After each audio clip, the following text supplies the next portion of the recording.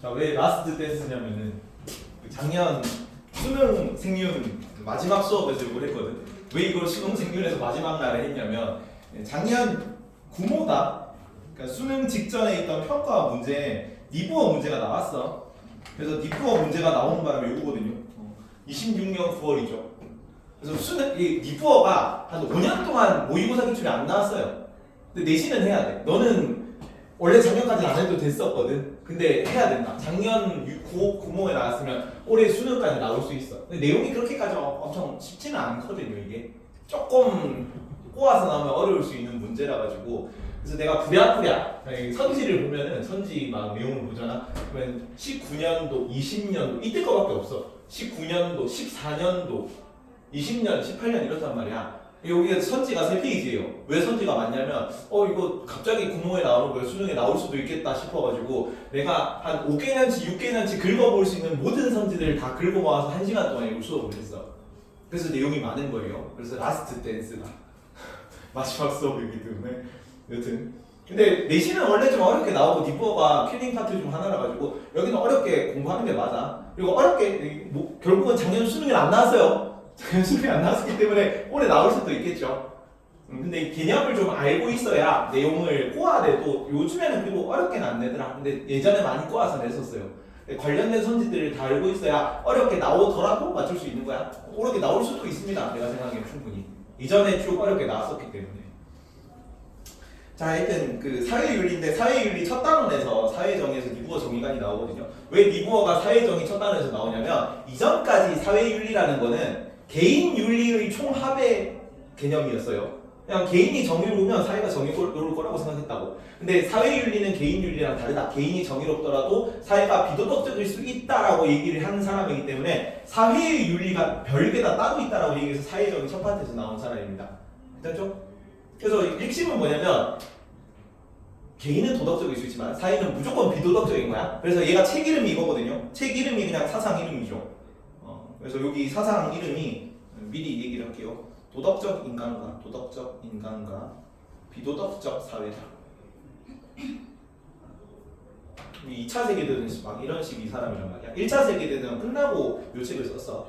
그래서 1차 세계대전 때 혹시 도덕적이라고 생각했던 도덕적이라고 생각했던 유럽인들이 모인 유럽 제국들이 식민지 전쟁 벌인 거잖아. 세계대전이라는 끔찍한 전쟁을 벌였네. 그래서 집단은 무조건 비도덕성이 개인보다 도덕적이지 않을 수밖에 없구나 라고 해서 나온 책입니다.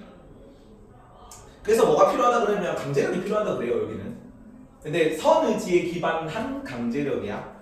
요약하면 사랑의 매입니다. 사랑의 매. 그래서 다른 강사님 내가 이거 강의 만들면서 다른 강사님이 그 강의 자료도 많이 참고하고 했거든. 다른 강사님 썰로는 왜 이 5, 6년 동안 니부어가 안 나왔었냐면 자기 생각하기에 체벌을 정당화할 수 있는 논리라서 그래.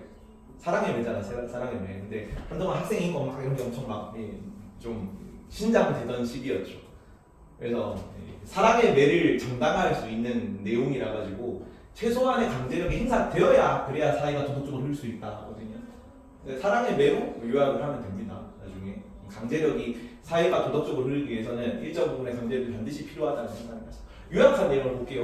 여기 심화 내용인데 약간 전체 정의관 부분이야. 심화 내용부터 봅니다. 심화 내용 뒤에 이거 심화. 이게 배경이라서 배경을 하고 여기서 요약을 하면 돼요. 뒷부분 먼저 볼게요. 시대 배경 봅니다. 시대 배경에서 1차 세계대전 시기, 이 책 나온 게 32년이죠. 1차 세계 양차 대전 사이에 나오는 시기입니다. 전간기라고 해요. 사이 간자를 해가지고. 그래서 1차 세계대전 때 총력전, 그다음에 세계 경제대공황 1929년, 전체주의 2차 세계대전 39년도. 자, 그러면 유럽인들은 되게 도덕적이고 이성적이고 합리적인 사람들이라고 생각했거든. 근데 걔네들이 모였는데 뭐 일어났어? 세계대전이 일어났죠. 그다음에 자본가들이 돈 많이 버니까 되게 기부 많이 하고 도덕적이라고 생각했는데 걔네가 이윤 추구하다 보니까 뭐 일어났어? 비합리적인 일이 일어났죠. 경제대공황 같은. 너무 물건 많이 만들고 못 팔아가지고 경제가 망한 거잖아. 그리고 또 전체주의 국가들이 2차 세계대전 같은 거 벌이고 있으니까 도덕적인 개인들이 모인 제국주의 국가들, 자본가들, 제국주의 국가, 자본가, 전체주의 국가들의 이익 추구가 개인들은 도덕적으로 하는 것들이 집단 이기주의로, 집단적 차원에서 무조건 집단 이기주의로 흐르는 거지. 그래서 파멸적 교과를 초래했다. 그래서 인간은 도덕적일 수 있지만 사회는 무조건 비도덕적이더라. 그래서 책 이름이 요겁니다. 개인적 도덕적 인간과 비도덕적 사회야. 괜찮죠? 다음 사회윤리는 먼저 볼게요. 개인윤리와 구분되는 사회윤리를 제시했다. 개인윤리의 이상은 외우세요. 이거는 도덕성이다. 도덕심. 이타심을 추구한다. 이타심. 개인윤리의 이상은 이타심이고 이타적으로 사는 걸 추구하는 거고, 사회윤리는 사회의 정의를 추구한다. 그래요. 사회의 정의. 그리고 누구의 도덕성이 더 높다고? 누구의 도덕성이 더 높다고 얘기를 했습니까? 개인의 도덕성이 더 높은 거야. 그래서 집단의 도덕성보다는 개인의 도덕성이 더 높을 수밖에 없다. 따라서 도덕적 개인이 모인 사회도 비도덕적으로 흐를 수 있다라는 얘기입니다. 왜냐하면 챗GPT랑 작년에 막 같이 하루 종일 씨름하면서 넣은 거거든요. 왜 그러냐면 집단은 자기 반성 능력이 약해. 그리고 여러 사람들이 하기 때문에 책임의식이 분산돼. 모든 사람이 하기 때문에 나 하나쯤이야. 남들도 하는데 그런 마음을 가질 수 있다. 그리고 공동이익 명분으로 자기 이익을 정당화해. 우리 국가가 타 국가를 침략하는 게 사실은 나의 이익에 도움이 되죠. 이기적인 거란 말이야. 근데 내 주변 사람들을 위해 이런 식으로 정당화가 가능하다. 그래서 개인의 이타심이 나중에 이기심, 집단 이기주의로 전환된다라고 얘기가 나올 겁니다. 개인은 도덕적이거나 비도덕적일 수도 있기 때문에 도덕적일 수도 있고 비도덕적일 수도 있는 거야. 개인 간의 갈등은 합리적 이성, 이타심을 통해 해결이 가능합니다. 하지만 사회는 필연적으로 비도덕적일 수밖에 없기 때문에 사회적 갈등의 경우 개인의 도덕심만으로는 갈등을 완화는 할 수 있어. 중요합니다. 개인이 이걸로 나와. 개인의 도덕성이 국가 간, 집단 간 갈등 완화에 기여할 수 있다. 도움이 될 수 있다. 해결에 기여할 수 있다고 나와. 완화는 가능하니까. 그렇지? 근데 완화는 되는데 뭐는 못하냐면 해결, 해소는 못해요. 해결하거나 해소는 못하고 완화하거나 혹은 뭐 조금 억제할 수는 있어. 억제, 완화는 가능합니다.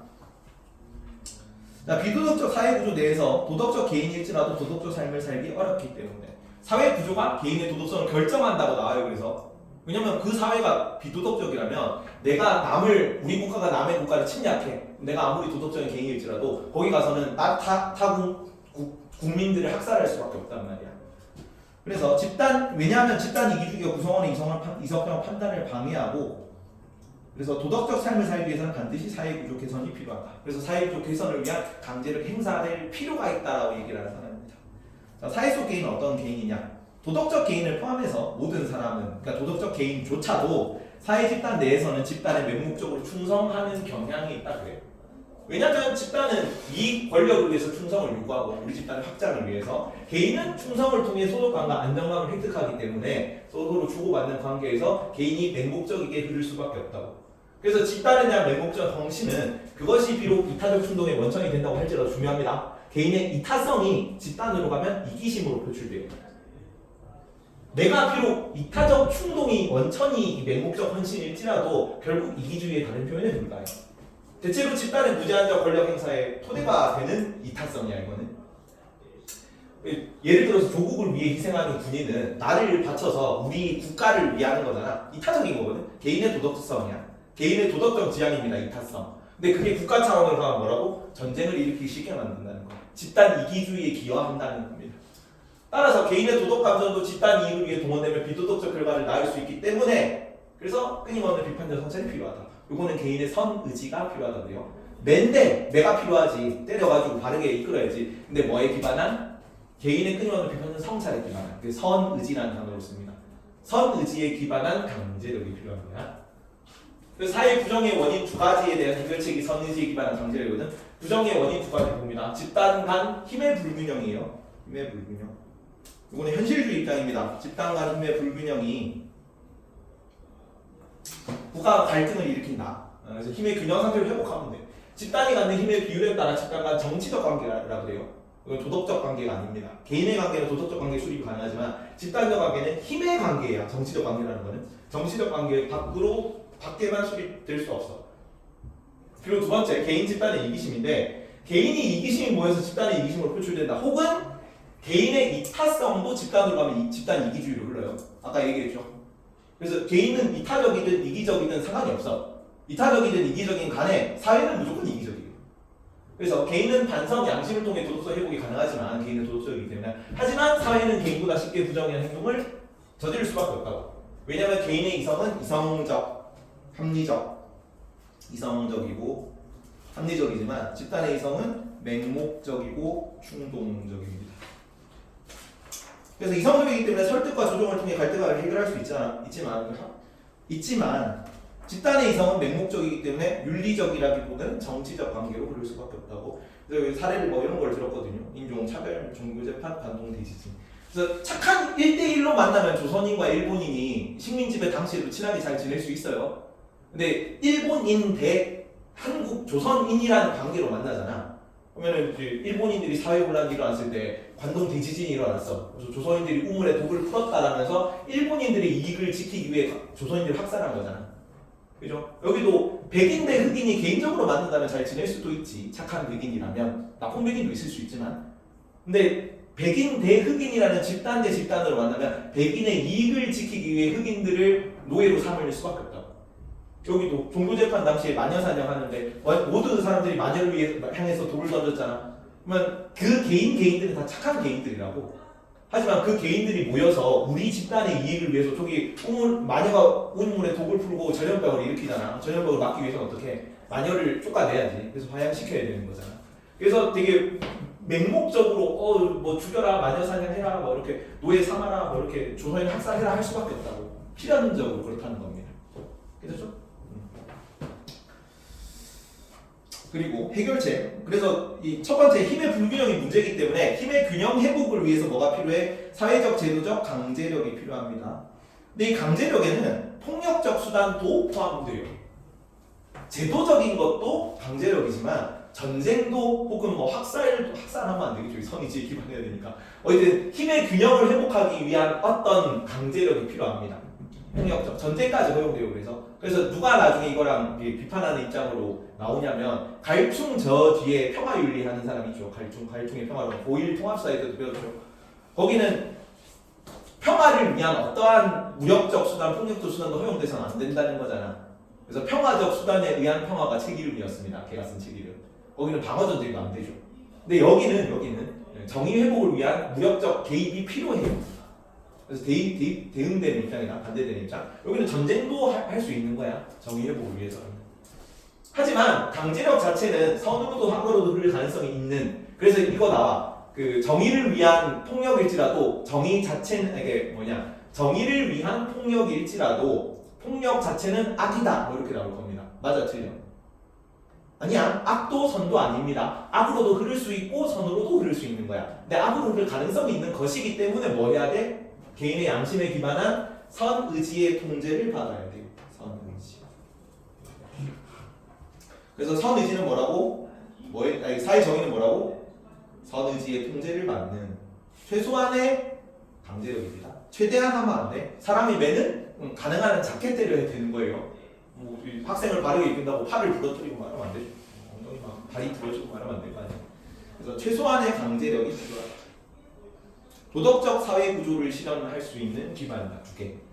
둘 다 필요한 거지. 이거 맨날 이거 모든 입장에서 이렇게 나오잖아. 저번에 그 필요 조건, 충분 조건은 어떤 단어에서 다 나올 수 있거든요.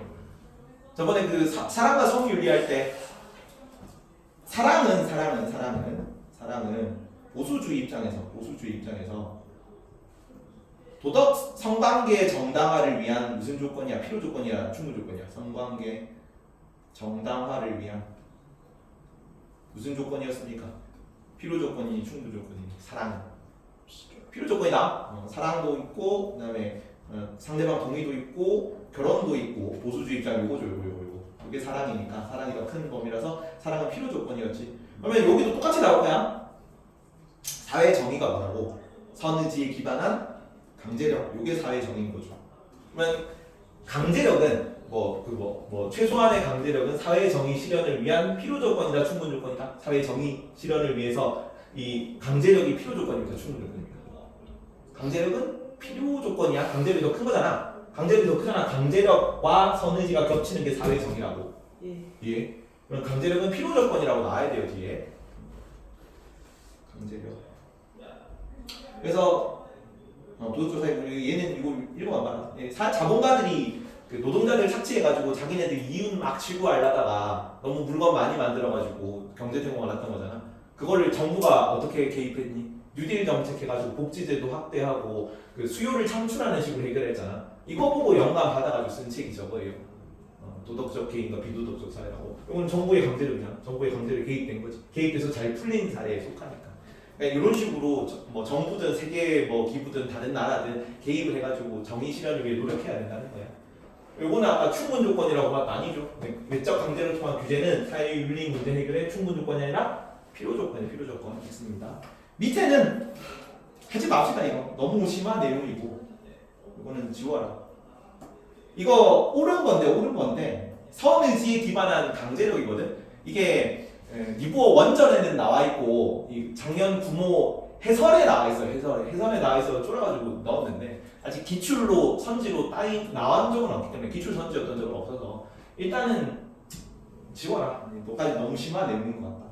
혹시 불안해서 넣어놨는데 이기심에 의해서 견제될 수 있는 게 맞아요, 사실은. 근데 그 이기심에 기반해서 선의지에 그러니까 다른 집단 상호 집단 간 투쟁이잖아. 힘이 약한 집단이 있고 힘이 강한 집단이 있고 힘이 약한 집단의 이기심에 의해서 여기에 이제 선의지에 기반한 강제력이 들어가서 두 집단이 이기심을 가진 두 집단의 힘의 크기를 배등하게 맞춰주라는 거야. 그래서 이기심에 의해서만 견제될 수 있는 게 맞습니다. 근데 헷갈리니까 일단은 지워라. 이 정도까지는 안 나올 것 같습니다. 넘어가. 다음 요약 내용 봅니다. 요약 내용 앞으로 가서. 자, 인간의 본성, 개인과 사회의 본성이야. 개인은 이기적일 수도 있고 이타적일 수도 있는 거야. 근데 사회는 무조건 머스트 이타적인 거죠. 머스트 이기적인 거죠. 여기는 무조건 집단 이기주의 룰밖에 없다. 그래서 누구의 도덕성이 더 높다? 개인의 도덕성이 사회의 도덕성보다 높을 수밖에 없습니다. 그러니까 사회의 도덕성이 개인보다 낮을 수밖에 없는 거지. 필연적으로 비도덕적일 수밖에 없는 거지. 왜냐하면 개인의 이기심은 중첩되고 개인의 이기심 집단 이기주의, 개인의 이타심도 이기심으로 전환되고. 그럼 개인이 이타적이든 이기적이든 아무 상관이 없는 거야. 사회는 무조건 이기적인 거죠. 윤리적 이상은 아까 개인의 윤리적 이상은 뭐라 그랬어? 이타성이다. 이타심. 남을 생각하는 마음이다. 그리고 사회의 그 윤리적 이상은 사회의 정의입니다. 사회의 정의. 여기서 이 사회의 정의는 니보가 기독교인이거든요. 이게 뭐 미국 사람이니까 미국 사람들은 이제 거의 대부분 종교가 개신교죠, 개신교. 그래서 기독교적 의미에서의 사회의 정의야. 아가페적 사랑입니다. 집단 이기주의는 뭐야? 내 집단은 중요하고 남의 집단은 덜 중요한 게 집단 이기주의죠. 사회의 도덕성은 일반적으로 그렇잖아. 근데 아가페적 사랑은 어때? 사회 평등이죠. 만민 평등이죠. 모든 사람을 사랑하는 거잖아. 그래서 우리 집단의 이기심을 넘어서 남들 집단까지 사랑하는 게 사회 정의야. 그거를 추구하려면 뭐가 필요해? 선의지에 기반한 강제력이 필요해. 힘의 균형을 비슷하게 맞춰주려는 노력이다. 부정의의 원인, 개인의 경우에는 개인의 이기심에서 비롯된 개인 이기주의고, 사회의 경우에는 개인 이타심 혹은 개인 이기심에서 비롯된 집단 이기주의와 집단 간 힘의 불균형입니다. 힘의 불균형.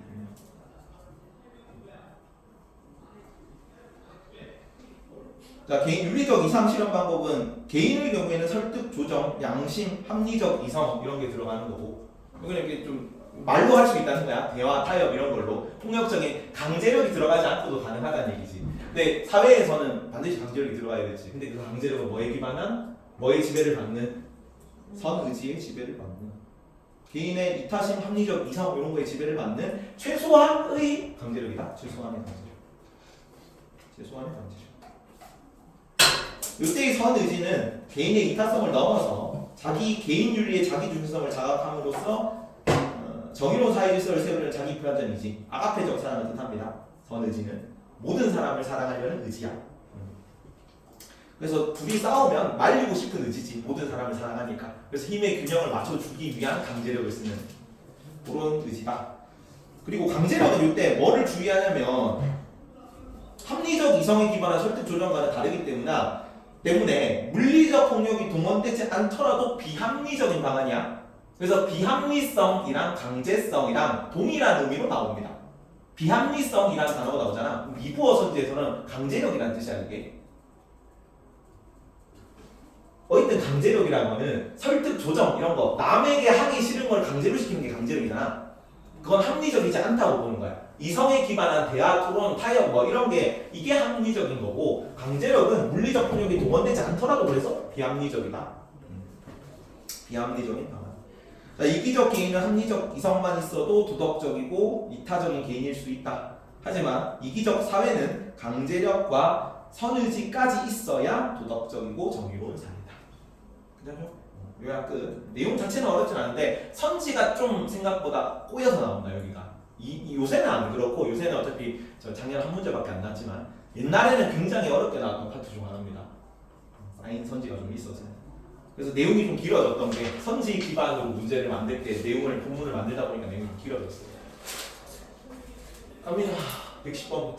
니부어는 개인의 니부어는 개인의 이기심이 사회 부정의 근본적 원인이라고 보았습니까? 예. 맞아요. 개인의 이기심이 중적 돼서 집단 이기주를 이루는 거지. 이타성도 이기성의 개인의 이타성도 집단으로 가면 이기주의 다른 표현에 불과한 거죠. 나라에게 내 목숨을 바치는 개인의 이타성은 이기심의 다른 표현이잖아. 그지? 우리 국가를 위한 게 결국은 나를 위한 거잖아. 근데 우리 국가를 위한다는 명분으로 이타성이 되는 거죠. 그게 이기심의 다른 표현에 불과하다. 맞습니다. 그래서 이기적 근본적 원인이고. 11번 니부어는 인간의 자기 보존의 욕구는 세력 강화 욕구로 쉽게 전환된다. 시연이 맞니?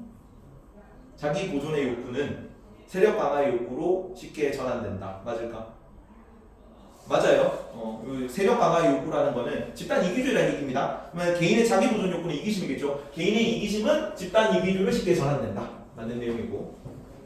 지우 12번 니부어는 집단 간의 갈등은 개인의 도덕적인 문제로 환원될 수 있다. OX. 아니요. 다른 거다. 별개다. 개인윤리와 사회윤리가 다른 거기 때문에 옛날에는 이렇게 생각했다고. 옛날에는 이렇게 생각했는데 유럽 사람들은 도덕적이라고 생각하는데 왜 그 도덕적인 개인들이 모인 유럽 국가들이 1차 대전, 2차 대전 벌이는 거야 해서 나온 사람이 뭐죠? X입니다. X. 시연이 13번 니부어는 사회정의에 기여한 폭력도 본질적으로는 비도덕적이라고 봤습니까? 맞니? 아니지 이거는.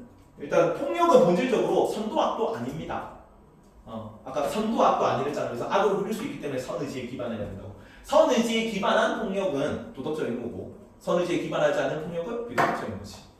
근데 폭력 그 자체는 원래 폭력이라는 그 용어 자체로는 선도악도 아닌 거야. 선으로도 악으로도 흐를 수 있는 거지. 14번 지우. 자, 니부어는 강제력만으로 국가를 보존하고 통합을 유지하는 것은 불가능하다고 봤다. 맞니? 이 국가를 보존하고 통합을 유지하는 것은 사회정의다. 강제력만으로 사회정의 실현이 안 돼. 그럼 뭐가 필요해? 선의지에 기반한 강제력이어야 돼. 그래서 불가능하다고 보았다가 맞습니다.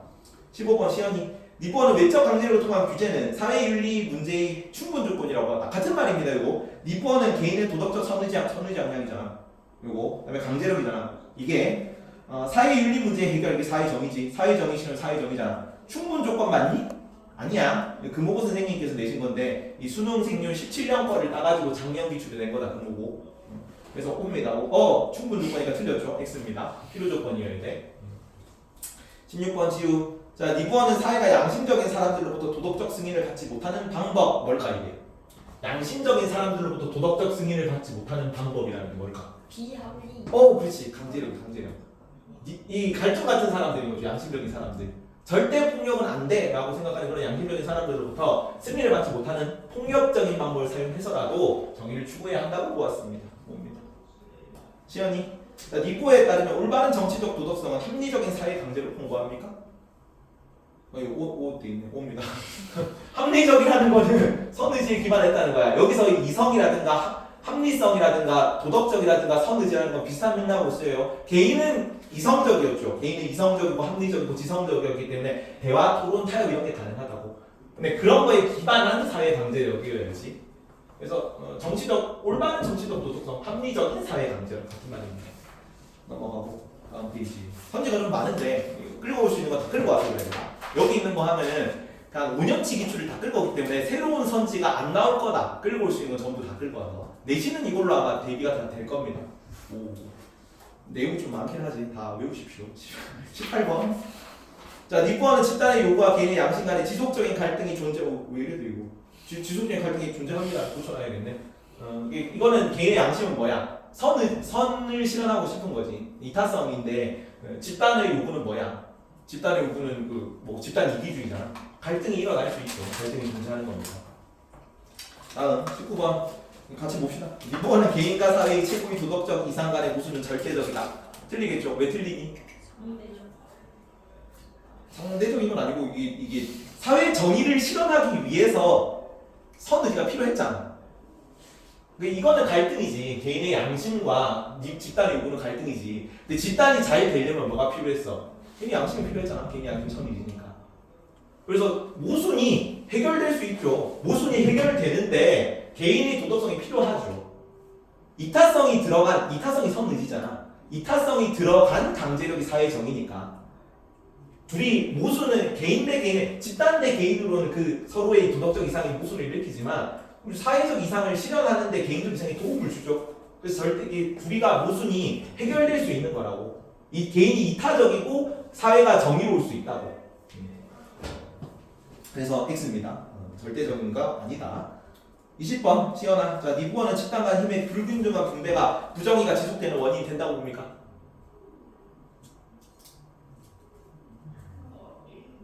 힘의 불균등한 분배가 뭐야 이게? 힘의 불균형이잖아. 힘의 불균형이 사회 부정의가 지속되는 원인이니? 원인이잖아. 이거는 두 가지 있었죠. 힘의 불균형과 뭐? 집단 이기주의. 오케이. 그래서 집단 이기주의는 선의지가 필요하고 강제력 그 뭐냐? 힘의 불균형은 강제력이 필요하고. 그래서 5입니다. 5. 지속적인 원인이 된다. 21번 지우. 자, 니부어는 집단 간 정의 실현에 집단 이기심의 상호투쟁에 개입될 수 있다. 맞을까? 예. 맞아요. 이거는 맞습니다. 그러니까 그 집단 이기심의 상호투쟁이라는 거는 강제력 중에 종류가 하나가 이거예요. 상호투쟁이라는 거. 이것도 강제력이지. 다음 22번 시연아. 자, 니부어는 집단의 이기심은 집단 간 권력을 통해서만 억제될 수 있다. 정치적인 강제력을 통해서만 사회 갈등을 완화할 수 있다. 맞을까? 이건 아니야. 왜냐면 그 억제, 완화 이거는 뭐도 할 수 있어. 억제나 완화는 선의지도 할 수 있다. 개인의 도덕성이 사회 갈등 완화 혹은 억제에 도움이 된다고. 근데 해결은 못한다 했죠. 해결은. 여기는 억제나 완화니까. 해결 해소라고 나오면 틀려. 권력을 투쟁을 통해서만 해결될 수 있다. 해결되진 않습니다. 선의지에 기반해야 돼. 그래서 여기는 완화할 수 있다는 말씀. 만이라서 틀린 거죠. 선의지로도 억제되거나 선의지로도 완화될 수 있어서 틀렸고. 이거는 바꿔놔라. 이게 선지가 내가 좀 쫄아가지고 그때 너무 선지를 안 나온 것까지 꼬아서 냈거든요. 이렇게 바꿔놓으세요. 이게 쉬운 선지로. 기출 선지도 아닌데 괜히 그 EBS 해설에 나왔다고 내가 선지를 어렵게 바꿔서 냈었어. 그래서 견제될 수 있다고 본다고. 아씨, 원그거 돼 있네. 견제될 수 없다고 본다고 보세요. 없다고 본다. 견제될 수 없지 않습니다. 집단의 이기심은 이에 맞서는 다른 이에서 견제될 수 없다. 이게 원래 나온 문제다. 어디 있냐면은 저기 뒤에 4번 문제. 요게 원문이거든요. 집단의 이기심은 다른 집단의 이기심을 견제될 수 없다. 견제될 수 있죠. 상호 투쟁이 서로 다른 집단의 그 상호 투쟁을 위한 이기심이 사회 정의 실현에 도움이 된다잖아. 근데 원문은 아까 이기심에 의해서만 해결될 수 있다가 맞긴 하거든. 그 선의지에 기반한 강제력이 이기심에 기반한 거라서 다른 집단의 이기심. 그러니까 내용이 어려우니까 하지 맙시다. 그까지는 너무 헷갈리기만 할 것 같고 괜히 내가 쫄아서 문제를 어렵게 나는데 이렇게 바꿔라. 니부어는 집단의 이기심은 이에 맞서는 다른 집단의 이기심에 의해서 견제될 수 없다고 본다. 견제될 수 있죠. 그래서 X입니다. 괜찮니? 넘어가. 다음 시연아. 자, 니부어는 정치적인 강제력을 통해서만 사회 갈등을 완화할 수 있다. 맞니? 아니야. 완화는 뭐도 된다고? 선의지로도 완화는 가능했어. 완화할 수 있다 혹은 억제할 수 있다는 선의지로도 들어가는 거고 해결 해소하려면 둘 다 반드시 필요했습니다. 둘 다. 25번 찌우. 자, 니부어는 집단 간 대립 상황에서도 개인은 비이기적 태도를 취할 수 있다. OX. X. 오다. 이거는 개인의 도덕성과 집단의 도덕성이 별개라는 얘기고. 그래서 집단 대 집단으로 만나잖아. 그럼 개인은 무조건 비도덕적이야. 근데 집단과 집단의 대립 상황 중에서도 개인 대 개인으로 만나잖아. 걔는 도덕적일 수 있어. 그리고 이거는 뭐로도 해석될 수 있냐면 내가 이타성을 발휘하더라도 내가 이기적 태도를 취하지 않더라도 나의 이타성이 뭐가 될 수 있다고? 집단 이기주의가 될 수 있다고. 그죠? 집단과 대립 상황에서 개인이 비이기적 태도를 취하지만 이타적으로 살지만 국가를 위해 헌신하지만 그게 집단 이기주로 연결될 수 있다고. 괜찮니? 그래서 이게 좀 어려운 선점이다 이게. 그래서 옵니다. 26번 시연아. 자, 니부어는 집단의 구조와 제도가 개인 행위의 도덕성을 결정할 수 있다고 봅니까? 아까 영향을 받는다 그랬어요. 개인이 사회에 영향을 받기 때문에 개인이 도덕적으로 살기 위해서는 뭐 해야 된다 반드시 사회 정의를 이룩해야 돼. 개인이 도덕적으로 살려면 집단 대 개인 대 개인 상황으로는 개인이 얼마든지 도덕적으로 살 수 있어요. 근데 개인이 도덕적으로 살고 싶어도 집단 대 집단으로 부딪히면 어떻게 해야 된다고? 무조건 비도덕적으로 흐를 수밖에 없지. 그래서 사회의 도덕성이 반드시 필요하다고. 개인이 도덕적으로 살기 위해서는. 그래서 집단의 구조와 제도가 개인 행위의 도덕성을 결정할 수 있는 거야 봅니다. 내용 어렵죠 이렇게 들어가면. 26번 그래서 오고요. 27번 니부어는 애국심이 찌우 애국심이 개인의 이타심을 국가의 이기주로 전환시킵니까? 예. 맞아요. 애국심이 너 국가의 충성에 이게 집단으로 가면 뭐다? 다른 국민을 학살하는 일로 나타나는 거죠. 맞고요. 집단 이기주의로 전환. 시연이 28번 니부어는 집단에 대한 개인의 헌신을 이기주의 표현으로 간주할 수 있다고 봅니까? 맞아요. 이타성조차 국가 레벨로 가면 그게 이기심의 다른 표현에 불과한 거죠. 가져갈 수 있는 거고. 29번 니부어는 개인의 도덕적 성찰이 정의 실현에 기여한다고 봅니까? 지우. 예. 도덕적 성찰이 정의 실현에 기여한다. 그래서 사회 갈등을 완화할 수 있다죠. 기여하는 거는. 그래서 옵니다. 자, 30번 시연이 니부어는 폭력을 수반하는 강제력도 도덕적으로 정당화될 수 있다고 봅니까? 맞아요. 맞고. 칸트랑 니부어 공통점. 지우. 자, 개인의 선의지가 사회생활에서 반드시 필요하다. 예. 맞지? 근데 칸트 입장에서는 왜 선의지가 필요해? 의무니까 도덕적으로 살기 위해서 반드시 따라야만 법칙이니까 선의지가 필요한 거고 선의지를 통해서 그 도덕 법칙을 따를 수 있는 거죠 우리가 도덕 법칙을 따르려고 하는 의지가 선의지니까 시원하 보면 니부어 입장에서는 선의지가 왜 사회생활에서 반드시 필요해? 사회 정의 실현을 위해서죠. 사회 정의 실현을 위해서 선의지가 들어간 강제력이어야 사회 정의가 되니까. 그래서 이게 사회 부정의한 사회에서 살기고 싶지 않다면 사회생활에서 반드시 필요합니다.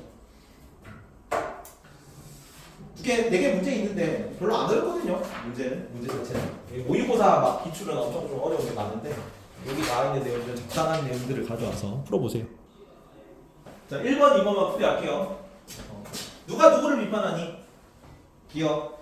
자, 인간은 합리적 주체이므로 인간이 이성만으로 이기적 충돌을 극복할 수 있다. 이기적 충돌이 경향성 극복하라는 거잖아. 칸트 입장이겠죠. 누가 누구를 비판하는 거예요? 니부어가 칸트를 비판하는 거네. 칸트. 이렇게 비판할 때 니부어만 해당되는 입장을 고르면 될 거 아니야. 1번 이성의 발휘를 통해 사회적 갈등을 해결할 수 있다. 칸트도 그렇게 얘기하잖아. 선의지에 따르면 사회 갈등을 해결할 수 있는 거죠.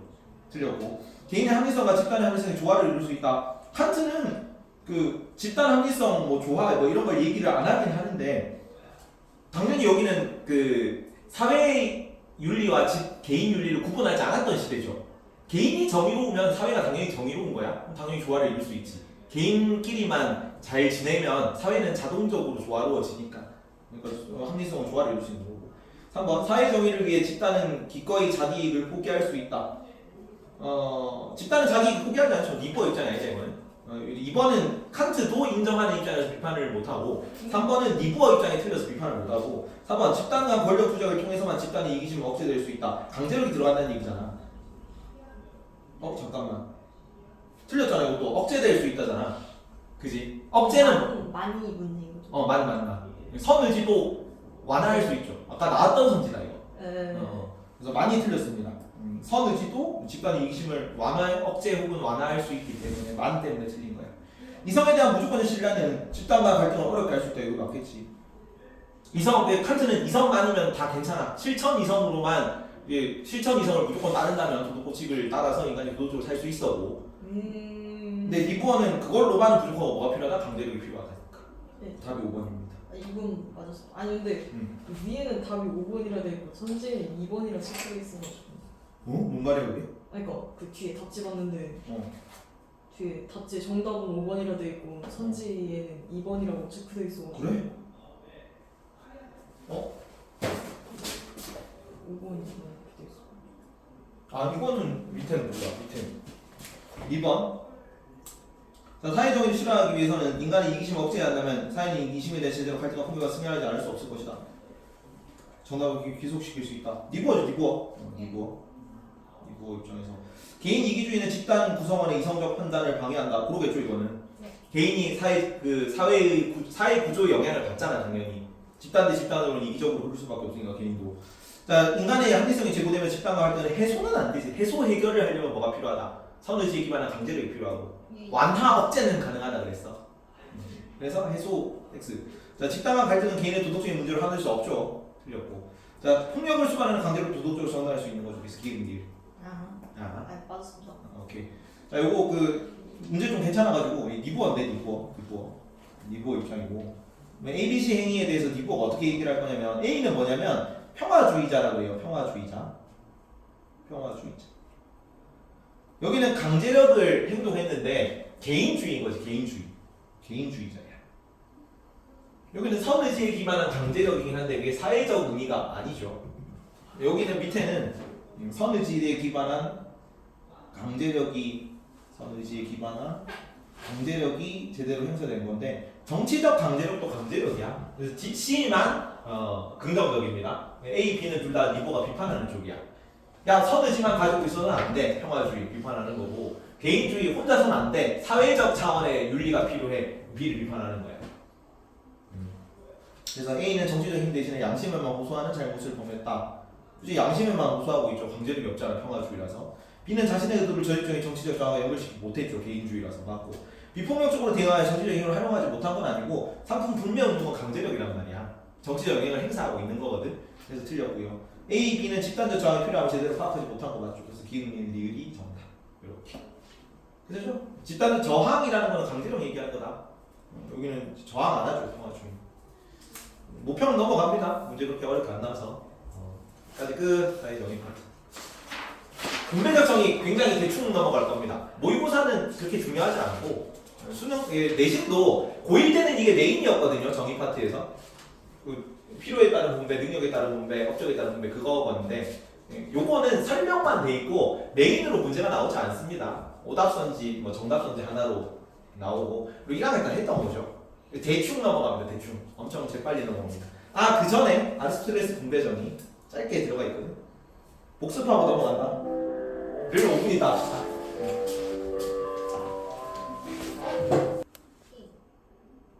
봅시다. 아리스토텔레스 분배 정의를 우리가 1학년 때 배웠는데 아리스토텔레스를 뭐 행복론 이런 거 많이 나오는데 덕윤리 이런 걸로 많이 나오긴 하는데 이 분배 정의 파트에서는 아리스토텔레스를 뭘로 외우랬어요? 일리스토 특레스로 외우랬죠? 일리스토의 이름 뭐야? 일반적 정의. 특레스는 특수적 정의. 일반적 정의는 일반적으로 뭐다? 일반적으로 어떤 게 정의로운 거다? 균등분배. 균등분배는 아무도 안 한다고! 균등분배는 어떤 사상가도 주장하지 않습니다. 예. 모든 사람한테 휠체어를 하나씩 주는 거래죠. 나한테는 휠체어가 필요가 없다고.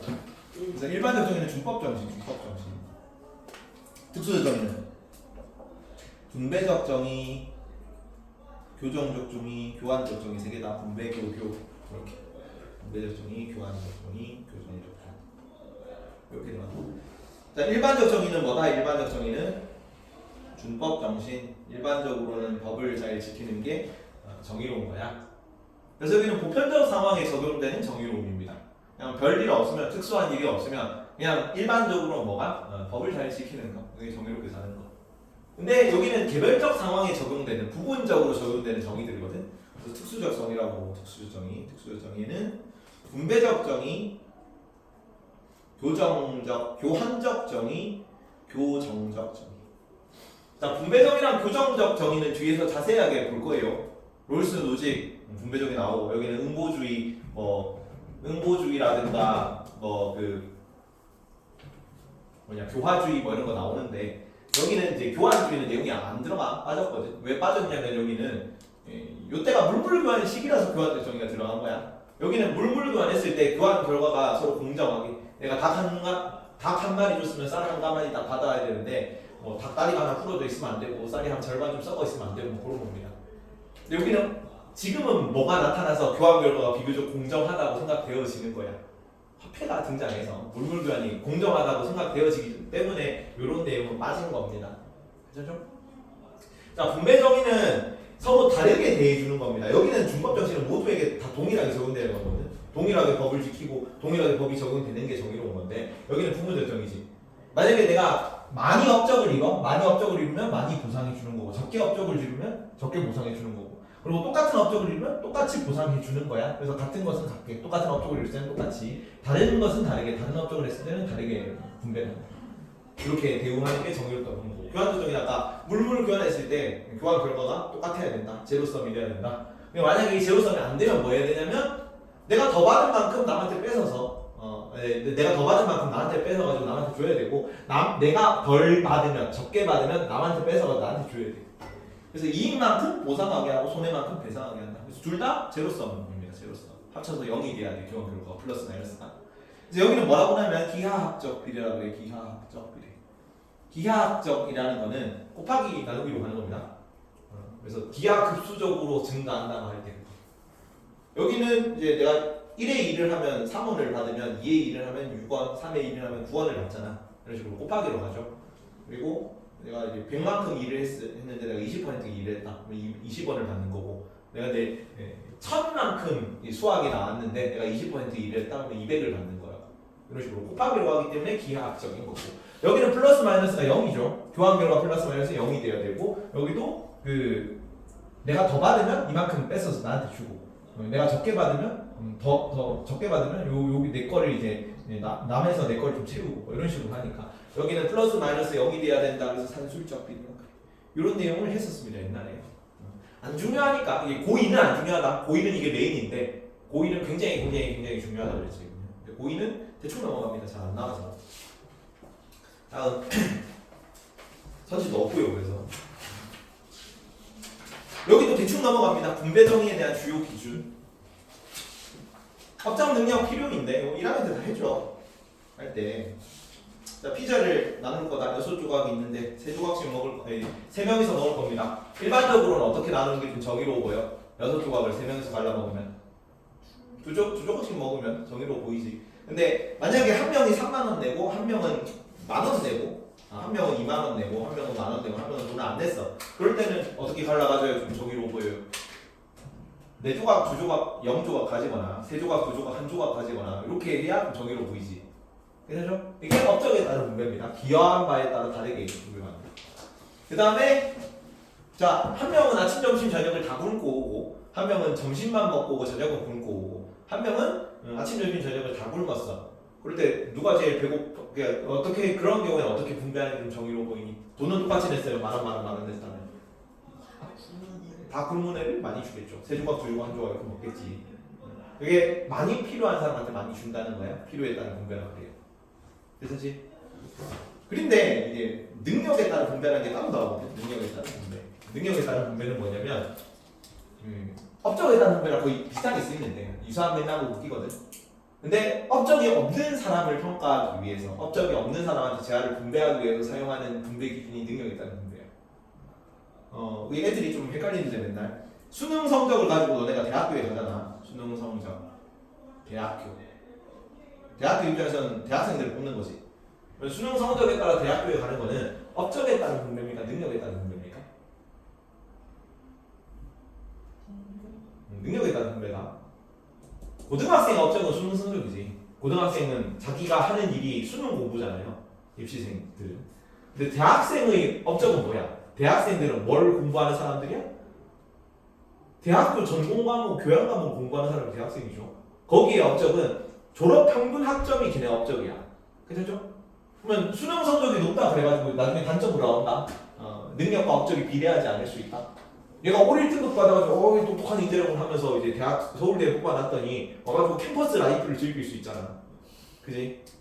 그래서 여기는 분배하는 것 기준. 어떤 사람을 선발하는지에 대한 기준에서 얘의 업적에 따라 분배하는 거예요. 업적에 따라. 근데 여기는 이제 업적이 없는 사람이죠. 신입생. 능력에 따라 분배하고. 강사를 뽑을 건데 한 명이 강사를 뽑는데 자 뒤라고 원장님입니다. 원장님이 A 강사 10년 동안 일했어. 그래서 뭐 상위권 대학에 엄청 많이 보냈어. 그래서 능력이 증명이 됐죠. 10년 동안 대학을 보낸 실적이 있잖아. 수치로 나오는 거여야 업적에 따른 분배야. 근데 강사 B 경력이 없어요. 무경력입니다.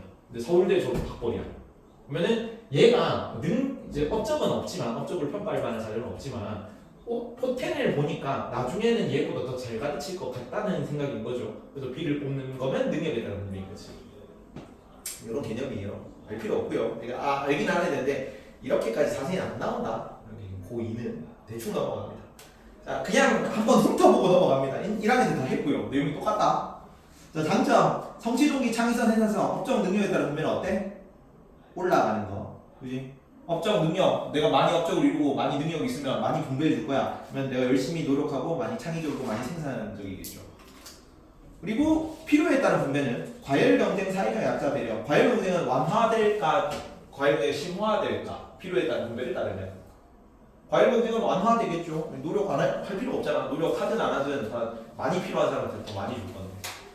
그래서 과열 경쟁은 완화되고 필요에 따른 분배는 사회적 약자 배려는 올라갑니다. 사회적 약자들은 더 많이 배려가 됩니다. 자, 업적에 따른 분배에서는 평가 기준이 명확하다가 장점이다. 평가 기준이 명확하다. 그러니까 수치로 나오는 건 업적에 따른 분배밖에 없다 그랬지. 잠재 능력은 그러니까 능력에 따른 분배는 잠재 능력 실현 기회가 키워드입니다. 아직 발현되지 않은 능력이죠. 잠재 능력은. 능력에 따른 분배만 나올 거고 필요에 따른 분배는 뭘 완화시켜 주냐면 불평등을 완화시켜 줄 거예요. 사회 불평등 완화. 자, 단점. 능력 업적에 따른 분배의 단점입니다. 여기 장점이 여기 단점이 여기 단점이 여기 단점이겠죠. 안 되니까. 그래서 여기는 뭐냐 2번 과열 경쟁이 심화될 거고 그래서 지금 고통받고 있잖아. 너네.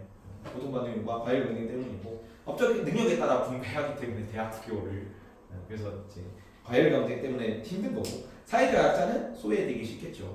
업적이 많은 사람한테 주면 사회적 약자들은 노력해도 좀 안 되는 사람들은 덜 못 받을 수밖에 없는 거잖아요. 그래서 아래쪽. 자 1번 성취동기 창의성 생산성 필요에 따른 분배를 따르면 내려갈 수밖에 없는 겁니다.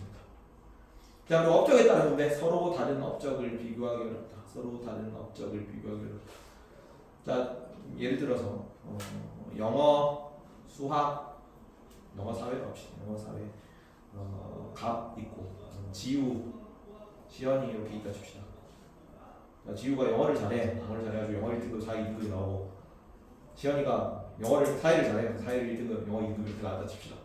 그지? 누가 더 우수한 학생이? 알 수 없죠. 재작년까지만 해도 영어 비중이 높았거든. 1학년 때. 영어 비중이 높아가지고 재작년이었으면 지우가 더 좋은 대학을 갑니다. 영어가 사시수고 사회가 삼시수였기 때문에 올해 이제 사회가 통합사회가 수능 과목으로 바뀌면서 학교가 사회 시수를 좀 늘렸어요. 학교마다. 그래서 올해는 시연이가 더 우수한 학생이 되는 거야. 그러니까 평가 기준이 왔다 갔다 하면 우수한 학생이 바뀐단 말이야. 누구든지 불만을 가질 수 있죠. 평가 기준이 한번 정해지잖아. 그럼 그 기준에 따라서 분배하니까 비교적 평가 기준이 명확하다, 공정성이 담보된다고 하는데 애초에 평가 기준을 정할 때 좀 난해함이 있죠. 어떤 평가 기준을 가지고 정해야 되는가. 서로 다른 평가 기준을 적용하기 곤란하다, 비교하기 곤란하다가 단점이고요. 그다음에 능력이 평가 기준이 있는 건 얘밖에 없다 그랬죠. 객관적 평가 기준 마련이 어렵다가 능력에 따른 분배 단점. 객관적 평가 기준 마련이 어렵죠. 그다음에 요거는 능력에 따른 키워드로 자주 나오는데 능력에 따른 분배.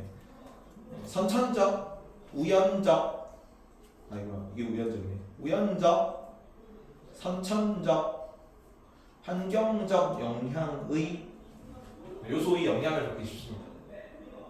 자, 재화의 분배라는 게 사회적으로 되게 중요한 문제잖아. 뭐 대학교도 희소같이죠. 대학교를 가는 게 되게 중요한 문제인데 수능 성적 쳐서 가는 거 IQ에 따른 거죠. 사실은 머리가 좋으면 조금 노력해도 금방 성적이 잘 나오니까.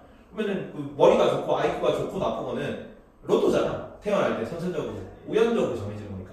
그리고 내가 흑수저로 태어날지 금수저로 태어날지 금수저로 태어나가지고 뭐 비싼 고액 받으면서 개별 가입 받아가지고 컨설팅 딱 받으면서 그냥 최소한의 노력만 들여서 공부해도 되는 거랑 흑수저로 태어났을 때 알바하면서 공부 병행하는 거랑 당연히 이제 차이가 날 수밖에 없겠지 성적이. 그러면 대학교 가는 게 중요한데 그거를 환경이나 선천적인 것 같은 로또에 맡길 거야? 랜덤하게? 이거는 중요한 문제를 다루는 기준으로 좀 부적절하다 이런 식으로 비판을 합니다. 알아가지고. 그리고 능력과 업적이 비례하지 않을 수 있습니다. 1등급 뽑아놨더니 서울대 와서 팽당팽당 노는 거지. 다음 모든 사람의 능력에 따른 분배의 단점인데 모든 사람의 필요를 충족시키지 못할 수 있습니다. 왜냐면 인간의 욕구는 무한한데 제한은 한정적이기 때문에 모든 사람의 필요는 당연히 충족할 수가 없는 거죠. 필요에 따른 분배해가지고 복지제도 확대 마련하는데도 사회 약자들이 이렇게 얘기했지. 왜 이거밖에 안 줘? 뭐 이런 거지. 일단 사례를 좀 외워주시고 아까 얘기했죠. 이거 그 학점이 높은 졸업생한테 장학금을 준다. 업적에 따른 분배. 대학생의 업적은 대학교 평균 학점이니까. 근데 수능 등급이 높은 신입생한테 장학금을 준다. 능력에 따른 분배. 여기는 저소득 가정에 뭐 학자금 대출 이런 거 받은 학생한테 장학금을 준다. 자 사례는 여기는 이제 성과금 이런 게 좀 자주 나오고 성과금, 성과급 같은 말입니다. 성과금, 성과급 임금 혹은 봉급 뭐 이런 거지. 일단 여기는 자격증, 능력에 따른 분배의 대표적 사례는 자격증. 자격만 증명해 주는 거죠. 능력이 있다. 내가 그럴 자격이 된다. 실제로 일을 할지는 알 수 없다. 마지막 복지제도, 필요에 따른 분배는 복지제도의 개념입니다. 자, 대표 사상가 아리스토텔레스고 분배적 정의 얘기했죠, 저거. 특수적 정의 중에 첫 번째 분배 교환 교정에서 분배적 정의, 각자의 몫을 각자에게 같은 것은 같게 다른 것은 다르게 얘기했던 거. 각자의 가치에 따라 권력, 명예, 재화를 분배하는데 이게 능력, 업적에 따른 분배야. 능력, 업적에 따라 다르게 대우해 주는 거지. 마르크스는 앞에 직업관 할 때 나왔는데 능력에 따라 일하고 필요에 따라 분배한다가 마르크스 키워드입니다. 필요에 따라 분배한다는 전부 다 들어가거든요. 사회주의는 공통으로 필요에 따라 분배한다. 사회주의사상이 없죠. 거기는 이제 이상사회이기 때문에 사회주의 국가들은 전부 사회주의라고 얘기를 하는 사람들의 사상은 전부 다 이상주의야. 그래서 물자가 차고 넘친다는 걸 가정합니다. 그래서 그냥 필요한 대로 가져갑니다. 근데 여기는 마르크스는 뭘 붙이냐면 능력에 따라 일하고를 붙이거든. 왜냐하면 인간의 본질은 뭐니까? 마르크스 입장에서 노동이니까. 그러면 노동은 자아실현의 개념이야. 능력에 따라 일한다는 거는 내가 잘하는 거, 내가 하고 싶은 거, 여가 생활 같은 느낌으로 노동을 한다는 거야. 생산 수단은 내가 하고 싶은 거 하는 거고, 분배 수단은 필요에 따라 분배받는다고. 사회주의라는 개념이고. 마르크스는 이건 인간의 본질 노동이라는 개념이고. 일단 사회제도. 자, 능력 업적에 따른 분배는 어디서 자본주의에서 중시될 거고, 그 다음에 필요에 따른 분배는 사회주의에서 중시될 거고요. 여기서는 실질적 기회의 평등이다. 실질적인 평등, 형식적인 평등, 기회의 평등. 여기는 실질적인 평등, 결과의 평등. 필요에 따른 분배에서 기회의 평등을 넘어 결과의 평등을 추구한다. 뭐 이렇게 나올 거야. 여기 출발선 맞춰주자. 같은 출발선에서 출발만 하게 하면은 뭐 서로 경쟁해서 다른 결과가 나오면 정답이에요. 여기서는 이렇게 경쟁 자유롭게 시키니까 좀 좋게 태어난 사람들만 유리하잖아. 20대 청년, 뭐 여성, 뭐 할아버지 다 같이 경쟁하면은 20대 청년만 이기거든. 할아버지는 뭐 좀 그 자동차 좀 태워주고 청년을 좀 뒤에서 출발하게 하고 그래서 결과가 좀 비슷하게 맞춰줘야 된다. 결과의 평등. 자, 그래서 이런 필요, 업적, 능력 이런 분배들은 다 뭐라고 하냐면 각자의 그 어떤 입장에서 요런 분배 기준을 주장하거든요. 그래서 자, 업적, 능력, 노력 이런 거는 자본주의 계열에서 중시하고요. 필요에 따른 분배는 사회주의 계열에서 중시하고요. 사회적 효용 어디겠니 이건? 사회적 효용이니까. 사회적 효용에 따른 분배라 공리주의겠지. 공리주의에서 중시하고. 그리고 절대적 평등 혹은 균등분배다 같은 말입니다. 절대적 평등, 균등분배 아무도 주장하지 않습니다.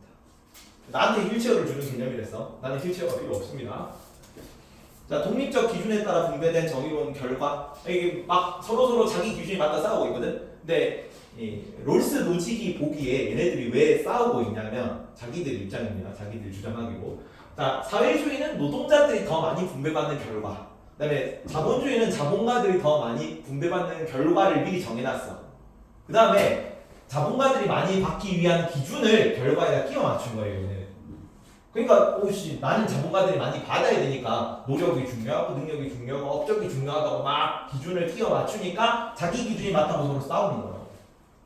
그러면 어떻게 해야 되냐? 애초에 모든 사람들이 다 둘러 모여가지고 만장일치로 중요합니다. 롤스 입장에서 만장일치로 사회계약론 계승했거든. 만장일치로 합의한 결과에 따라 그 규칙을 정하고 규칙에 따라 분배가 되면 아무도 불만이 없을 거예요. 그래서 내가 이거 몇 번 한 얘기지만 지우랑 둘이 부루마블 게임을 하는데 부루마블 할 때 나는 이제 서울에 호텔을 올리고 너는 이제 무인도에 3주간 처박혀 있단 말이야. 근데 그렇다고 하더라도 그냥 내가 아무 그 주사위를 굴리거나 게임을 하는 거 그런 거 없이 나 혼자 그냥 서울에 호텔 올리고 너 무인도 사는 거랑은 다르게 우리가 게임을 하는 과정에 애초에 우리가 분막으로 한다는 거는 주사위가 하나 나오면 한 칸 가고 6칸 나오면 6칸 간다는 걸 합의를 한 거잖아. 그 규칙에 따라서 불평등이 발생했을 때는 좀 덜 빡칠 거야. 이해가죠? 똑같은 기회를 가지고 똑같이 우리가 합의한 규칙이잖아. 규칙대로 주사위를 굴렸는데 어쩌다 보니 나는 서울에 호텔을 올린 거라고. 보면은 아저씨 뭐 운이 좀 나빴네. 그럴 수 있지. 그렇게 된다고. 그죠? 그래서 여기는 합의하는 절차가 더 중요해. 그래서 절차가 중요합니다. 그리고 그 절차에서 롤스는 뭘 중요시하냐면 가상 상황에서 사회 계약론이 그렇죠. 그래서 모든 사람들이 만장일치로 합의하는 과정이 필요하다 그러고 그래서 공정한 합의 절차입니다. 그리고 여기는 소유 권리로서의 정의된 노직은 여기 노직의 소유권은 가장 광범위한 기본권을 다 그냥 소유 권리라는 단어로 표현해. 생명권도 여기 들어가고 자유권도 들어가고 소유권도 들어가고 기본권 뭐 정치 자유 뭐 이런 거 전부 다 소유 권리라는 단어로 그냥 표현합니다. 나중에 사회계약론에서 로크 사상이었거든. 재산이라는 단어에 생명, 자유 이런 게 다 들어가. 근데 여기도 소유 권리 안에 모든 기본적 권리가 다 포함되는 개념이야. 그래서 소유 권리만, 그러니까 내 기본 것만 잘 보장해주는 절차를 지키기만 한다면 이게 가장 최소 조건입니다. 그러면 결과가 복지제도가 되든 균등분배가 되든 사회주의 국가가 되든 자유방위 국가가 되든 우리는 상관없어. 결과적으로 여기는 복지국가가 되고 롤스는 복지국가 주장하거든. 그러니까 복지제도를 시행하는 국가를 주장해요. 복지국가는 비판한다. 복지제도를 시행하는 국가를 주장하고 노지는 최소국가 해가지고 자유방위주의 국가를 주장하긴 하는데 어쨌든 결과는 뭐가 나오든 자기네들이 신경 안 쓴다 그랬어요. 그래서 절차 자정입니다. 그죠? 우리는 결과를 정해놓지 않았어. 결과는 뭐든 상관없어. 우리는 소유 권리가 지켜지는 절차, 그다음에 공정한 합의 절차 이게 가장 중요해라고 그런 사람입니다. 공정한 합의 롤스라는 사람이고요. 좀 이따 보고 소유 권리 노직이라는 사람입니다. 여기는 공정한 절차에 따라 발현된 정의로운 절차에 초점을 맞춘다 그래서 절차적 정의라고 합니다. 조금만 더 나올 건데 결과적 정의, 절차적 정의는 밑에다 적어놔라. 정형적 원리. 정형적 원리고요. 뒤에 다 정리는 돼 있긴 해요. 여기는 비정형적 원리입니다. 결과가 이미 정해져 있는 거죠. 그래서 형식이 정해져 있다고 해서 정형적 원리고 여기는 결과가 안 정해져 있는 거죠. 절차만 중요하니까 결과는 뭐든 나고 상관없는 거죠. 그래서 비정형적 원리야. 얘는 좋은 거야. 절차적 정의 좋은 거. 그러니까 롤스 노직 입장에서 얘네들 비판하는 거거든. 그래서 정형적 원리고 결과적 정의는 안 좋은 의미로 나오고요. 뭐뭐에 따른 분배는 전부 다 안 좋은 거야. 역사적 원리에 따른 분배 이런 거 빼고 역사적 원리 주장하고 나중에. 그래서 여기는 비정형적 원리, 절차적 정의는 좋은 걸로 풀어야 돼. 좋은 걸로. 끝. 개괄. 이제 또 어려운 거 들어갑니다. 어려운 거. 전체 생윤 내용 중에서 가장 킬링 파트 중 하나이기 때문에 생윤 3대장 중 하나예요. 롤스 노직의 분배적 정의고. 자, 실제로는 이제 대학교 17년 그 교수 선후배야. 대학 나온 대학 자체는 다른데 여기도 하버드 대학 교수님입니다. 같은 해에 죽었어요. 2002년에 돌아가셨어. 그래서 롤스는 합의 과정이 중요하다고 했죠. 근데 그 합의 과정에서 내가 뒤에 나오겠지만 무지의 베일이라고 내가 내 입장을 모르는 가상 상황을 전제를 해. 나는 수업 규칙에 합의하고 싶은데 우리가 이제 우리가 계속 진행하게 될 수업 규칙에 대해 합의를 할 때 나는 강사 입장이잖아. 강사 입장이니까 결석하면은 사형, 그다음에 지각하면 삭발, 그다음에 뭐 숙제 안 해오면 뭐 한쪽 팔 자르고 막 그런 거 하고 싶거든요. 그럼 지각도 안 하고 숙제도 다 해오고 하겠지. 근데 너네는 학생 입장이니까 이유가 많아요. 그냥 뭐 버스가 늦었고 엄마가 늦게 깨워줬고 밥을 먹어야 되고 뭐 가족 행사가 있고 막. 그래서 너네는 최대한 좀 완만한 규칙을 만들고 싶을 거란 말이야. 수업 규칙을. 그래서 너랑 나가 학생이랑 강사 입장이라는 걸 전제하는 상황에서 합의가 안 돼. 당연히 나는 강사 입장, 그렇잖아. 자본과 노동자 서로 자기 입장이 있으니까 자본주의가 좋아, 사회주의가 좋아 이렇게 입장이 있는 거라고. 그래서 자기들이 무슨 상황인지를 모르는 상태로 합의를 해야 돼요. 그거를 무지의 베일 혹은 원초적 입장이라는 용어를 씁니다. 원초적 입장에서 자기 자신의 무엇인지를 모르게 하는 마법 도구 무지의 베일을 쓰고 원칙에 합의를 하는 거야. 자, 원초적 입장에서 무지의 베일을 쓰고 합의하는 거야. 너의 모든 지위, 계층, 지능, 자산, 모든 소유물이 없다고 생각해봐. 노직한테 이렇게 얘기한 거죠. 하니까 노직이 여기는 소유 권리는 절대적이라고 보는 입장이거든요. 그래서 내 소유 권리는 다른 어떠한 이유로든 제한돼서는 안 돼. 그래서 야내 소유물 왜 없어야 돼? 내가 우연적으로 타고난 내 재능도 얘는 다 자기 거라고 하거든. 근데 여기는 우연적으로 타고난 재능은 네가 잘해서 만들어진 게 아니야. 너는 응분의 자격이 없어. 사회 공동자산으로 관리해야 돼라고 하는 입장에서 로이스는. 그래서 솔직히 내가 되게 정당하게 얻었는데 내 소유물을 왜 없어야 돼? 완전 내 건데 절대적으로 내 건데 하니까 원초적 입장에서 부재예비를 쓰고 합의해 보는 거야. 대학교 선배님 보스가. 그래서 이렇게 된 거지. 그런 거다. 넘어가고. 자, 정의론이라는 책이 1071년이거든요. 1971년. 배경 짧게 설명합니다. 69년에 닉슨 독트린, 그다음에 91년에 이게 소련 붕괴. 그다음에 47년이 트루먼 독트린이야. 22년씩 딱 차이 나거든요. 냉전 그 기간을 요거 세 개만 딱 보면 돼. 닉슨 안에 69가 들어가 있죠. 닉슨 독트린. 그래서 여기는 이제 트루먼은 솔직한 남자이기 때문에 트루맨이죠.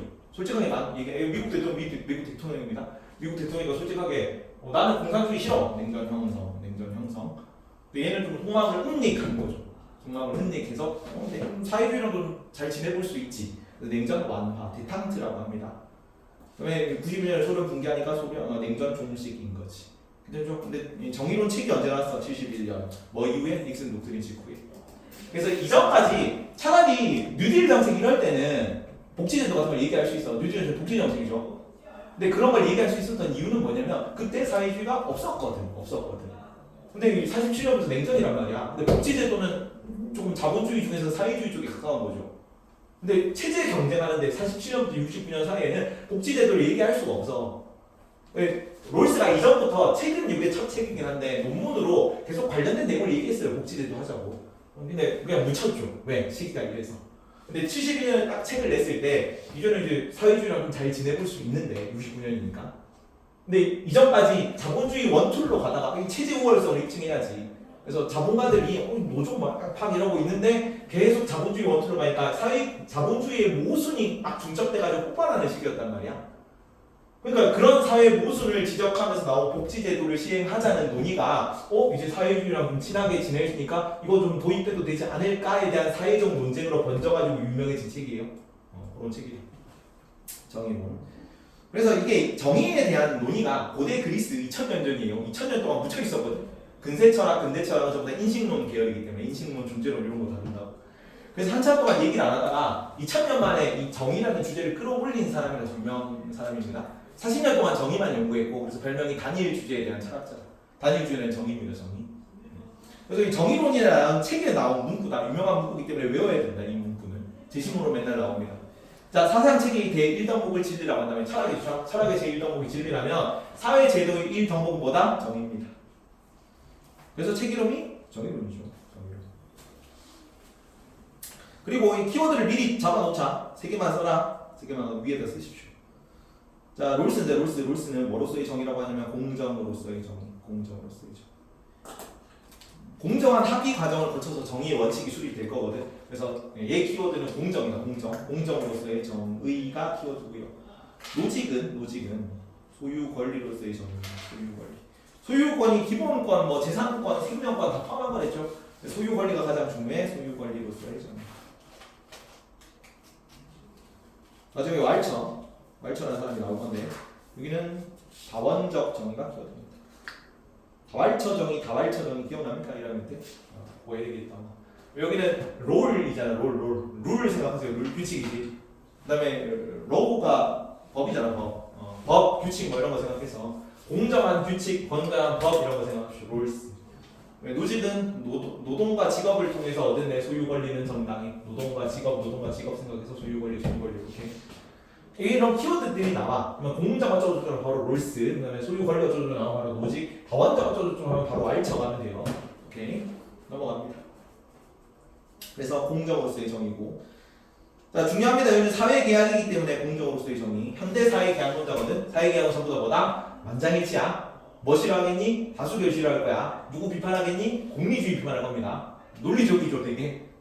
아주 당연한 얘기 할 거야. 만장일치로 합의된 공정한 절차를 따른다면 만장일치이기 때문에 분배 결과도 공정하고, 그리고 다수결로 합의된 공정한 절차를 따른다면 결과는 정의롭지 않을 겁니다. 공리주의 비판하는 거다 이거.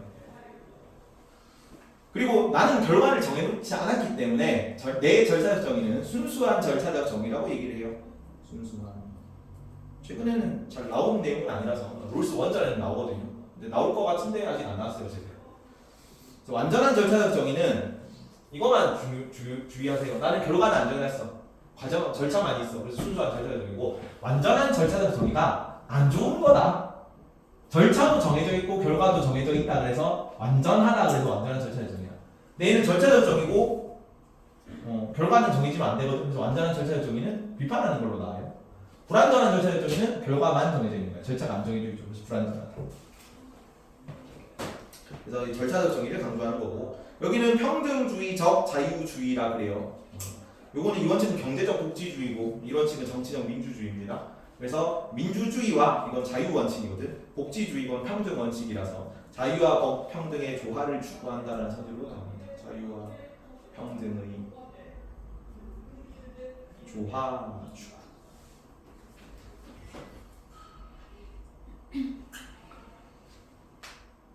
자, 원초적 입장에서 합의를 할 건데 이 내용을 짧게 이것도 설명을 하겠습니다. 자, 우리는 원초적 입장에서는 어떤 상황이냐면 A, B, C가 있다. A, B, C가 있고 기흥, 니은, 디귿 국가가 있어요. 근데 기흥 A, B, C가 기흥, 니은, 디귿 국가에서 회사원으로 태어날지 일반 회사원으로 태어날지 일반 회사원 혹은 기흥, 니은, 디귿, 기흥, 니은, 디귿 재벌로 태어날지 재벌 선태로 태어날지 재벌집 막내 아들로 태어날지 아니면은 그냥 노숙자로 태어날지 몰라. 모르는 상태가 원초적 입장이에요. 그래서 일단 자유 원칙, 그러니까 정치 체제의 원칙에 합의를 할 거야. 그러면 자유가 있는 국가인가 없는 국가인가? 그러면 노예제가 있는 국가에 살래라고 얘기를 하니까 사람들이 쑥덕쑥덕 하더니 야씨 내가 노예가 될 가능성도 있을 것 같은데 그럼 노예제 국가는 좀 그렇지 않냐 이런 거예요. 그래서 이런 측에서 자유 원칙이거든. 자유가 보장되는 원칙이 최우선 원칙입니다. 얘는 자유주의자라서. 자유가 다른 여러 가지 사회적 가치들이 있거든. 그 사회적 가치 중에 최고의 가치는 자유야. 자유로운 국가에 일단 태어난다고 가정하고 두 번째 경제 제도에 대한 합의를 할 거야. 경제 제도 합의를 하는데 아까 얘기했듯이 노예 제도 얘기했듯이 얘네 세 명은 합리적인 개인을 가정하거든. 합리적인 개인이라면 아까 노예제를 회피하려고 했던 것처럼 내가 회사원, 재벌, 노숙자로 태어날 가능성이 어느 걸로 태어날지 모르기 때문에 합리적인 개인이라면 내가 노숙자로 태어날 가능성을 상정하고 최악의 상황에 회피하려는 선택을 할 거라고 얘기를 합니다. 이거를 최소 극대화의 원리라고 해. 내가 최소 수혜자로 태어났을 때 가장 이익을 많이 얻는, 최대 이익을 얻는 제도에 합의할 거라고. 그래서 모델이 3개가 있는데 첫 번째 그냥 자유방위 국가야. 자유방위. 기업은 자유방위 국가고 뒤에 나와있죠. 요 얘기하는 거예요. 요약을 해놨는데 자 이게 1원칙이 지켜주고 2원칙이 지켜주고 안 지켜주고 안 지켜주고 요겁니다. 여기는 2원칙이 지켜지는 국가는 첫 번째 여기는 노예제에 있던 국가 2원칙이 지켜지는 첫 번째 국가는 자유방위 국가 자유방위 여기는 복지제도구나 복지제도 여기가 균등국인데 여기가 자유방임 국가입니다. 뒤에 쭉 엄청 길게 설명해놨어요. 여기는. 근데 이걸 뭐 다 읽어볼 필요는 없고요. 자 그러면은 얘는 뭐만 중요하다고 보냐면 일단은 이 사회 총합이 사회적 이익의 총합이 제일 큰 건 뭐야? 자유방임 국가죠. 여기는 복지제도가 그 차등의 원칙인데 평등을 지향하는 원칙이 지켜지지 않는 거야. 자유방임 국가에서는. 그래서 뭐 부의 창출은 가장 효율이 크지. 재벌이 제일 잘 먹고 잘 살 거란 말이야. 재벌이 제일 잘 먹고 살고 대신에 이제 최소 수혜자는 가장 노숙자는 밥도 제대로 못 먹고 다닐 거야. 공리주의에서는 이게 제일 정의롭다고 봐. 사회적 효용의 총량이 가장 크지. 근데 롤스는 내가 최악의 상황을 회피하려는 선택을 할 거기 때문에 뭐만 중요하냐면 얘만 중요합니다. 사회적 약자의 이익만 중요해.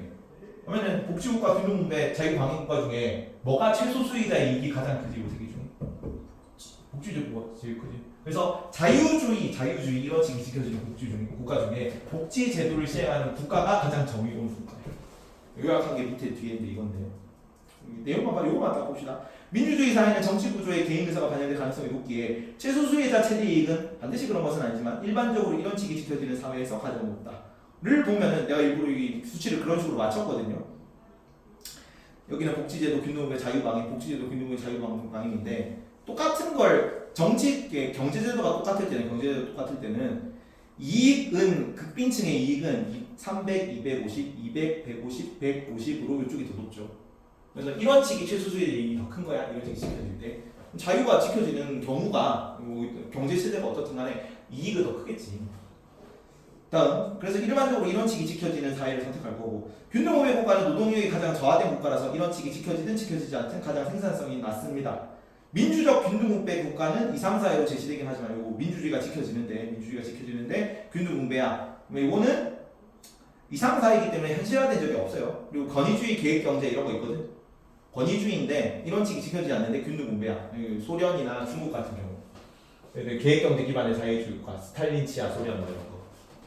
이런 경우는 멸망하거나 자본주의를 결국 도입했죠. 경제성이 가장 최악이라서 이거는 균등분배하면. 그래서 자유방임 국가는 최소수혜자 배려가 가장 적은 국가이기에 이런 칙이 지켜지든 지켜지지 않든 가장 빈부격차가 심한 국가입니다. 자유방임은. 그래서 최소수혜자 이익은 일반적으로 가장 낮죠. 자유방임일 때. 그래서 어떤 순으로 결국은 이런 순으로 돼요. 이런 칙이 우선하는 경우가 더 정의롭기 때문에 A, B, C, D, E, F 순으로 최소수혜자 이익이 300, 200, 100, 250, 250 이렇게 최소수혜자 이익이 더 높은 게 이런 칙이 지켜지는 한에서 최소수혜자 이익이 더 큰 게 가장 정의롭습니다. A, B, C, D, E, F 순으로. 자, 그래서 정의로운 국가는 이런 칙, 이런 칙이 모두 지켜지는 민주주의 복지국가의 가능성이 높고 이게 합의 결과야. 그래서 최소수혜자는 최악의 상황을 회피하는 합리적 선택을 통해 민주주의 복지국가를 구성하는 원칙에 합의할 겁니다. 그래서 이게 나중에 재산소유 민주주의라는 용어로 나올 거예요. 다음 짧게 합니다. 원래 내용 좀 많아요. 여기는 이렇게 해야 문제가 풀려요. 내용이 좀 많긴 한데. 그래서 합의하는 상황이다. 공정한 접근에서 정의 원칙을 도출한 사고 실험이에요. 원초적 입장은 가상 상황이다. 그래서 뭐 아니냐면 가설적이고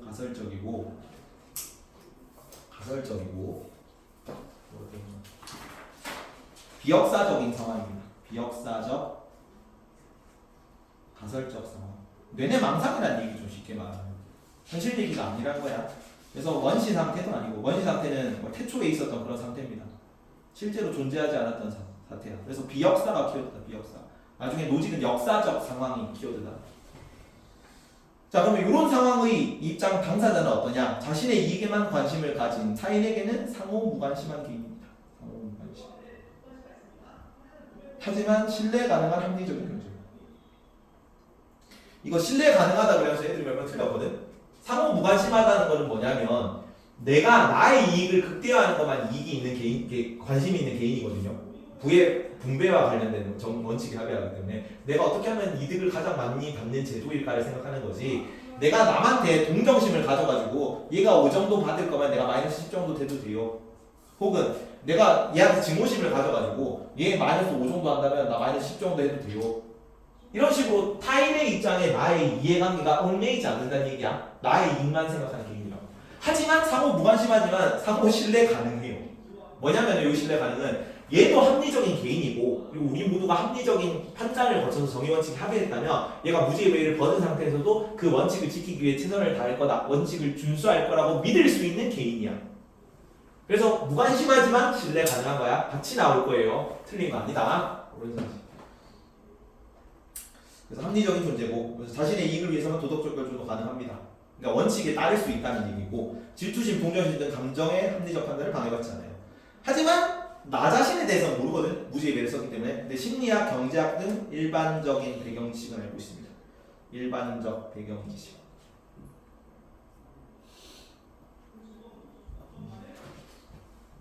이거는 정의의 원칙을 따르려면은 정의의 원칙 합의를 하려면은 복지 제도를 시행하면 부자들한테 조금 더 많이 걷겠지만 가난한 자들이 조금 더 복지 제도로 보상을 받을 것이라는 기본 원칙을 알고 있어야 복지 제도를 뭔지를 알아야 복지 제도를 합의하지. 그래서 거기에 대한 심리학, 경제학 이런 거 나에 대해서만 다 모르고 내가 아닌 다른 거에 대한 일반 지식은 다 가지고 있는 개인들이야. 그리고 이 무지의 배의를 쓴 상태로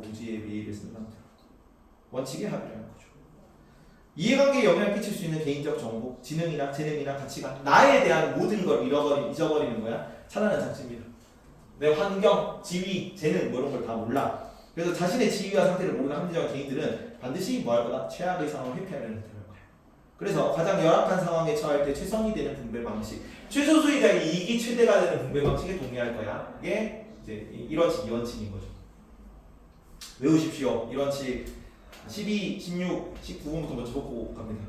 첫 번째가 평등한 자유의 원칙, 평등한 자유의 원칙. 2원칙이 공정한 기회균등의 원칙. 3원칙이, 그러니까 3원칙은 아니고 2원칙이 두 번째가 차등의 원칙입니다. 외울 때 평등한 자유의 원칙이면 자유 원칙이야, 평등 원칙이야. 평등한 자유의 원칙이면 평등 원칙입니까, 자유 원칙입니까? 자유 원칙이다. 꽃 개는 개죠, 꽃이 아니고. 그래서 평등한 자유 원칙이라서 자유주의자예요. 자유주의가 자유가 최상의 가치라고 보는 입장이고. 그래서 평등하게 뭐 타고 기차 타고 기회균등 차등입니다. 기차 타고 자유의 나라로 만드는 교육입니다. 평등하게 기차 타고 자유의 나라로.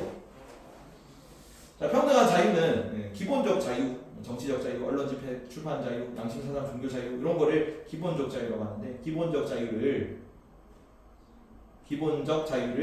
평등하게 분배하자는 겁니다. 모든 사람들은 기본적 자유에 대해서는 평등한 권리를 가지고 있어. 사유재산권도 여기 들어간다.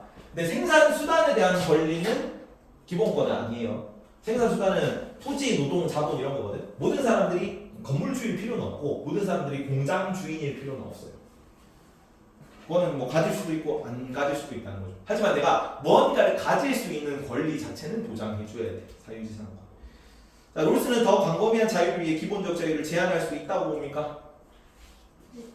제한할 수 있어. 언제 할 수 있냐면 다른 사람의 자유와 내 자유가 충돌할 때 더 많은 자유를 보장하기 위해서 자유를 일정 부분 제한할 수 있습니다.